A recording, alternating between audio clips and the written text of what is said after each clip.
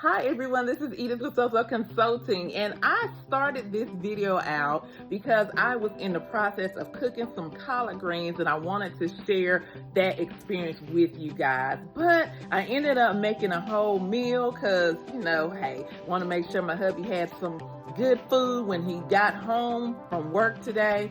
So took you guys along through the whole process, so we're gonna get into it. Let's dig in. Hi everyone, this is Edith with Sozo Consulting, and I am coming to you because I am trying to make me some collard greens that taste good, but that are vegan. Yeah. I don't know if that's going to be accomplished, but I'm going to try today. You guys are interested, stay tuned. All right, so here are the collard greens that I will be using today. They have been cleaned, and so now I'm getting ready to cut them. So, you guys have to tell me how you like your collard greens cut. I am a little particular. I mean, as long as they taste good, I guess I don't really mind. But I honestly, if I have to choose, I prefer stems out and not stems in, okay? So what do I mean by that? So if you see this all right here, all this white stuff, I cut it out for the most part. At least this thick part here. Now there may be some left in the leaf part, but like this middle part, because I find like it makes it like, I don't know, kind of more bitter tasting and a little tough to chew. But I mean, if you cook the bejeebies out of them like a lot of people do, then, I guess it's all kind of mush mash. But yeah, I just prefer to leave mine a little bit, I don't know, al dente, I don't know what you would call it, but a little crunch to it. Not crunch, just a little firm. That's what I'm looking for. A little bit more firm than most people, that old good Southern grandmama recipe. I'm trying to make it a little bit more healthy so that I don't cook all the nutrients out of it.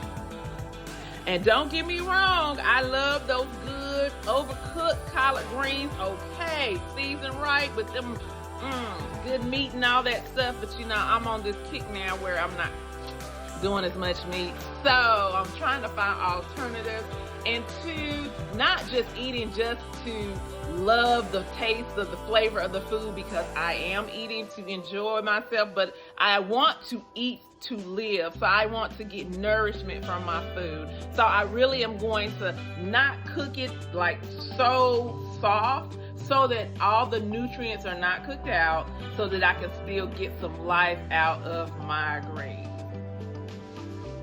All right, so this is what my cut leaf will look like. So all this middle part right here, that's normally here, the tough part, I cut all that out so that it can be just the stuff that's gonna be easier to chew and less bitter, okay?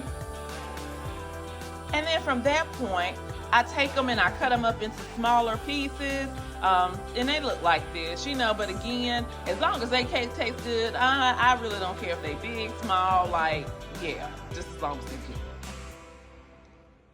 To start the cooking off, I am also going to add an onion for flavor, because onions flavor greens really, really good.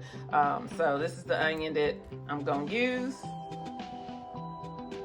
And then here you see I dice my onions up into like small cubes so that they can cook quickly and not be too cumbersome when I'm eating them with my greens. All right, now I am gonna take my onions that I have chopped and I'm going to move them into my pot that I'm gonna use to cook my greens in. And I'm just gonna put a little dollop of avocado oil. And this is the kind that I'm using. There are a couple kinds I use. This happens to be Sonoma Pantry. Supposed to be 100% pure avocado oil. So when you look at the back, there's avocado oil in there and nothing else mixed with it. So you guys make sure when you are looking for your healthy oils, because we got or talked about oils and how some of them are really unhealthy, even though they've been touted as healthy, that you make sure that they are 100% pure and not mixed with stuff. You know, because sometimes I'll even see like the avocado oil mixed with olive oil, and you would think that both of those are healthy oils, so that's great. But the fact that olive oil does not cook good beyond 125 degrees, avocado oil, on the other hand, you can take it above 500. So mixing those two together, it makes that olive oil rancid. And so therefore, when you're cooking with it, it makes it bad. So you really need to save that olive oil for your low cook or no cook dishes, salad dressings and stuff like that, okay? Avocado oil is super good.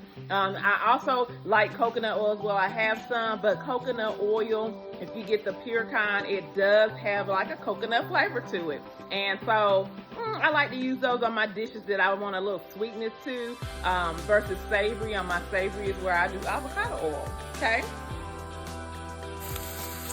And here are my onions, getting them going. And you see I have a wooden spatula here. We have switched to wooden utensils now. Turn that heat down just a little bit. And yeah, we have switched to wooden utensils now just because we found out about the plastic utensils and how that plastic can leach into your food, which leaches into your system, which can cause side effects and long-term damage. So, you know, we can do a video on that as well if you would like more information on that, right? Y'all look at this. I went to my pantry to grab some sweet potatoes to have with my collard greens, and this is what I found. Are you on the team that says, just break them sprouts off and eat them, or just go ahead and plant them and grow some potatoes from them because you shouldn't eat them? So if y'all know what I should do with these, holler at me. Comment below and tell me. Until I hear, I think I'm not just gonna eat them. I'm gonna put them to the side. Thankfully, I have a few more potatoes that I bought separately that I can use. So here, I am trying this for the first time. This is a rice cooker my wonderful sweet friend Nadra bought for me, and please don't beat me up. It took me so long to use it, but I'm finally using it, and I'm not a rice eater. Although I'm willing to try like the long grain black rice and stuff like that. But I am making quinoa in it, so I will have to let you guys know how it goes. Y'all, I just thought about it. I put that quinoa and that broth in that thing, and I forgot to put salt and stuff in it. So, I don't know how it's gonna taste today, but you know what? We're gonna make it work, all right? I was gonna put garlic powder in my collard greens, all right? But I ran across some fresh garlic in the house. So I put about 6 cloves of garlic in there, and yes, I like garlic. So fresh garlic is what it looks like, and these little sections that are divided through it, the cloves, I put like 6 of those in my collard greens. So that's what I'm looking like right about now. And I am using Bonafide organic vegetable broth. Not sponsored, no particular reason why I have this. It's just no salt added so that I could get put my own salt in. Because you know, all the salt that's out there is not necessarily healthy. So if they're using table salt to be economical while they are making their product, then you know that table salt is not good for you. So I use my own salt, pink Himalayan sea salt, or the white sea salt, whatever, you know, floats my boat at the time. Today it was pink Himalayan sea salt. So yeah, so I add my own salt so I can know what's in my food, because that's the thing that gets a lot of us. We don't know what's in our food. I love to eat out. When I tell you, getting up, cooking every day, that is not something I want to do every day, feel like doing every day, especially after you came from a long day of working. But ultimately, if you don't cook your own food, you have no idea what type of oils they put in there, sugar they put in there, 5, 6 syllable word stuff that they have in your food. So yeah, and you're ingesting all of that and then wondering why you're dealing with all these symptoms and looking older and not feeling good. Yeah, see, it starts with your food. What you intake is what comes out, right? So we cook it at home and we have as little in it as possible so that we can add what we want to add so we know what's in the food. I also was kind of concerned because with me not having any meat to flavor the collards, y'all know, y'all already know. But I saw a suggestion from someone to put smoked paprika in it. Never done that before. Gonna try it for the first time. So I'm using McCormick brand. It says organic smoked paprika. So we're gonna see how this goes, guys. Yeah, because typically paprika don't have really a super pungent flavor anyway. So, you know, not strong at all. So we'll see. Maybe you'll just taste the smoke because usually you don't taste nothing else when you put paprika in your food. So, you know, hey. Y'all, I am so excited right now because I was concerned about this quinoa because I didn't flavor it, and oh my gosh, I've been changed. I literally have been changed because I've been cooking quinoa on the stove for forever. And I told y'all about this cooker. Y'all, look at this perfectly cooked quinoa. It's all fluffy and just, oh my goodness. And with the broth, you couldn't even hardly tell too bad. I mean, yeah, it needed some more flavoring. So I added this pink Himalayan sea salt. And instead of using the real garlic, I have this powdered garlic, green lady garlic. And then my trusty, just because I want a little savory flavor for it, Bragg's liquid aminos. So if you like soy sauce, then you will love the liquid aminos. It gives you all the amino acids that you need to help you if you're going meatless in your diet. So for those of you guys who are looking for what you can do to help supplement you if you're deciding to pull off meat for a while, get this Bragg's liquid aminos. It will definitely help make a difference in your nutrition. And I wanted some beans to go with the meal to, you know, give it that heartiness, get that protein that I need, we need. And so, I don't know, I said I want to do something a little bit different. So I'm like, yeah, we'll make another little course, like a starting course. So I have soup that I'm making with navy beans. Now, unfortunately, the veggie stock is out. I had chicken stock left. So this is not a vegetarian vegan soup because it's got chicken stock instead, but you know what? It's probably going to be good. All right, guys, so what I use to flavor this soup, of course, my garlic, turmeric. It is really good, great for helping rid the body of inflammation. Of course, pink Himalayan sea salt. Then I added some ginger, which is great for being an anti-inflammatory as well. And then the piece de resistance for the anti-inflammatory and for removing any type of viruses and stuff out of your body, like helping your body rid. This oregano, okay? I know y'all have probably heard of oil of oregano by now. Well, it comes from the oregano plant. So, you know what? Just on a low level, it can help you by cooking with it as well, okay?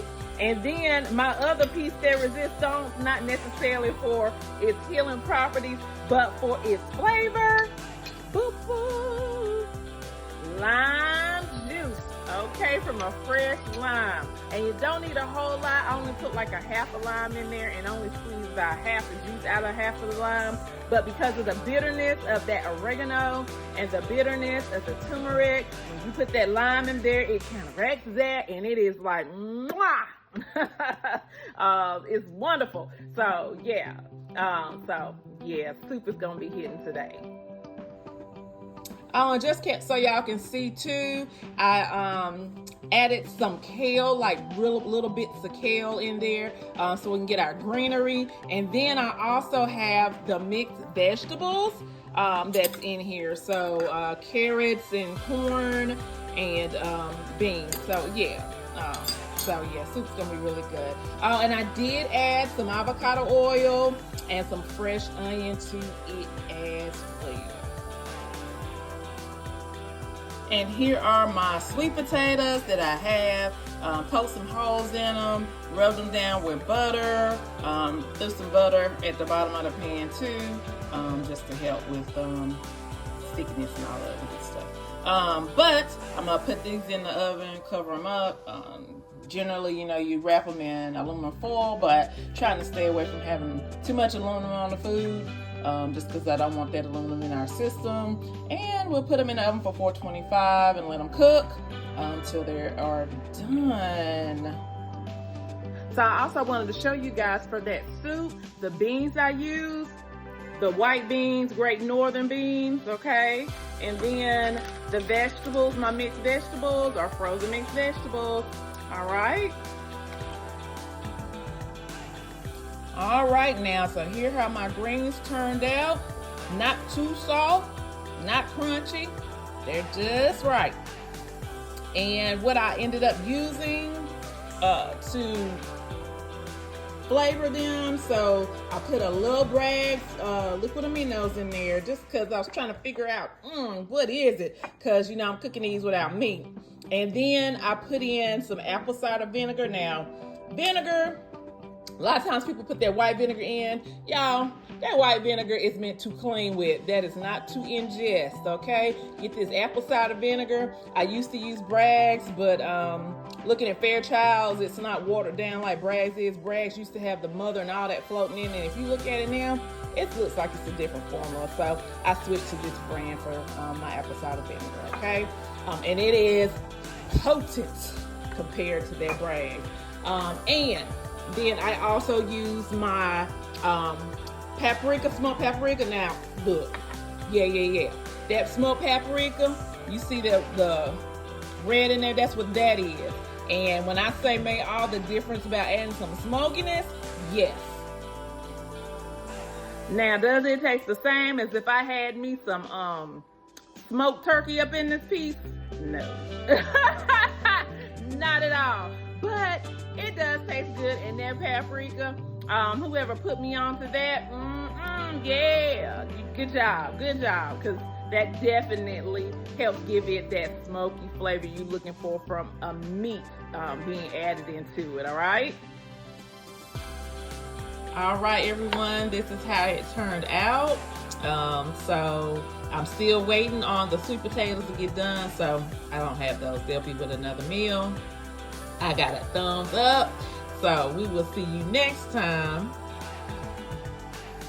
on Sozo Consulting. So you guys be blessed, be empowered, and bon appetit.